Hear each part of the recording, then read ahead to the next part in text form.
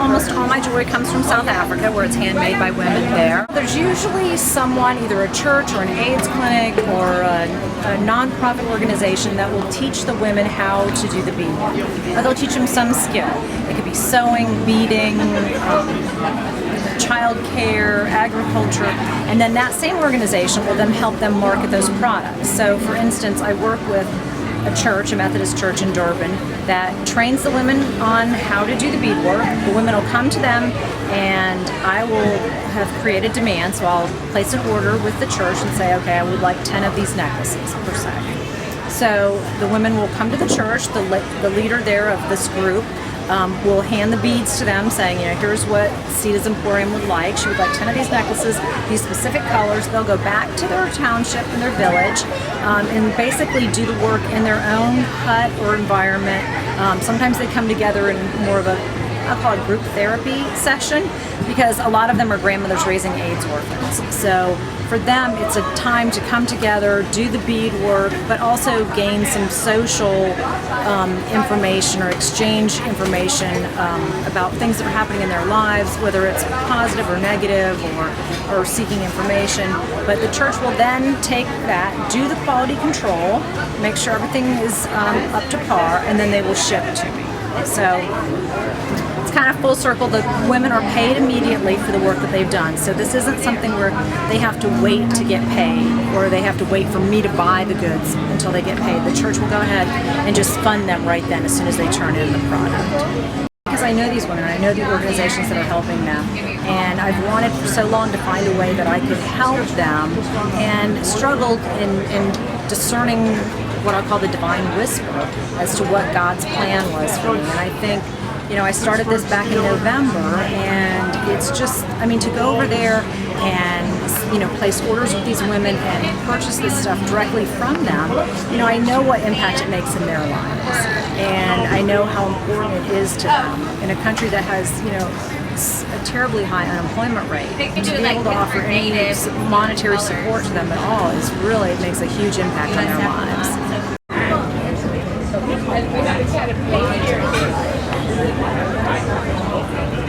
And a lot of the women that are doing this work are not young girls. The women at the Methodist church I work with are all grandmothers raising AIDS orphans. So again, these are not young women that are doing this, but they sit there in a group and string these beads one by one. And as you can see, take a look at this. It's the detail is exquisite. They do phenomenal work, and it takes them quite a while to put together a piece like this. This isn't something that's done in 2 hours.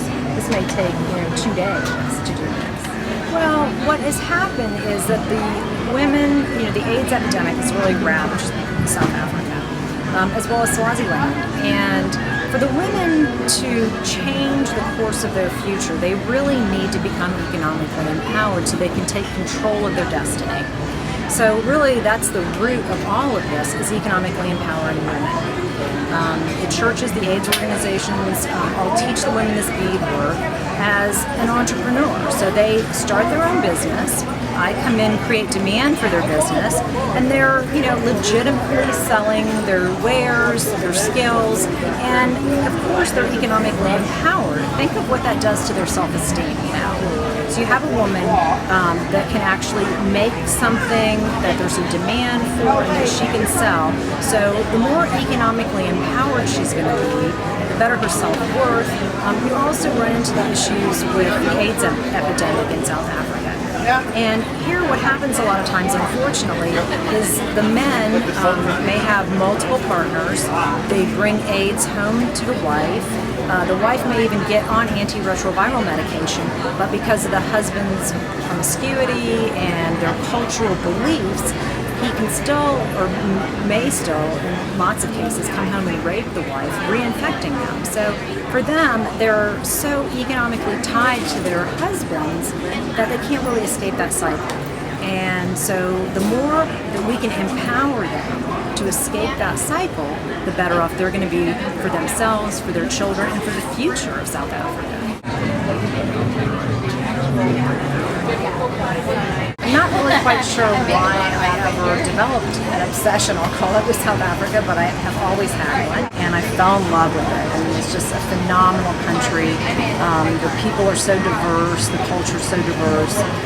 And then I didn't really think I'd ever go back again. And then my church started doing mission trips. So I was at the very first meeting, the very first trip, and knew that I was going and have been going back ever since now.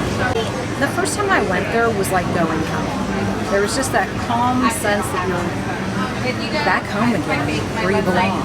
So it's a interesting feeling that I haven't had anywhere else. So I think that's what keeps pulling me back. For instance, this is a Coca-Cola can that they made into a snake. Here is a giraffe made from a Coca-Cola can.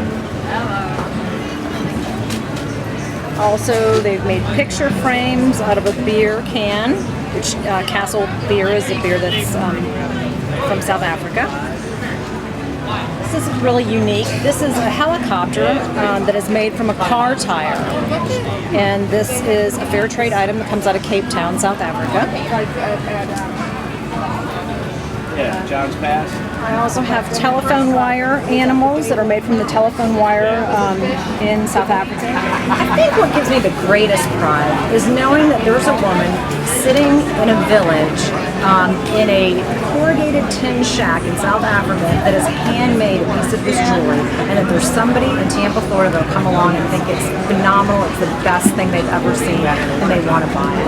And they want to buy it because they think it's beautiful work, and they want to help support that woman in her life and economically empowering her in the future. One of the things that I discovered on this past trip when I was there, and it was the coolest thing, I had delivered these string crosses that this gentleman had made as part of his retirement and his mission, and I also was delivering some dresses for little girls that were made out of pillowcases. And I found it so fascinating on this trip because as I was handing these out to the different people, they would all hold their hands out to accept a gift, and it was always with these open, hands. And it was funny because I guess in the past I've never brought individual gifts for the folks before, but because this time I was, they were so thankful. And the key thing that's hit home with me was how they were so thrilled that there was somebody in America that was thinking about them, that somebody cared about them, somebody was praying for them, somebody was wondering how their life was turning out and actually genuinely cared. And even if it was just a simple, like, hey, I'm acknowledging you and I'm praying for you, that alone was hugely significant to them. Well, I'm in public health, so I know about a lot of different activities with the mission trips, and I think it's such a beautiful thing that not only are you wearing great jewelry, but you're also wearing hope and compassion on your body, and it's a great thing because we're helping others. Yeah.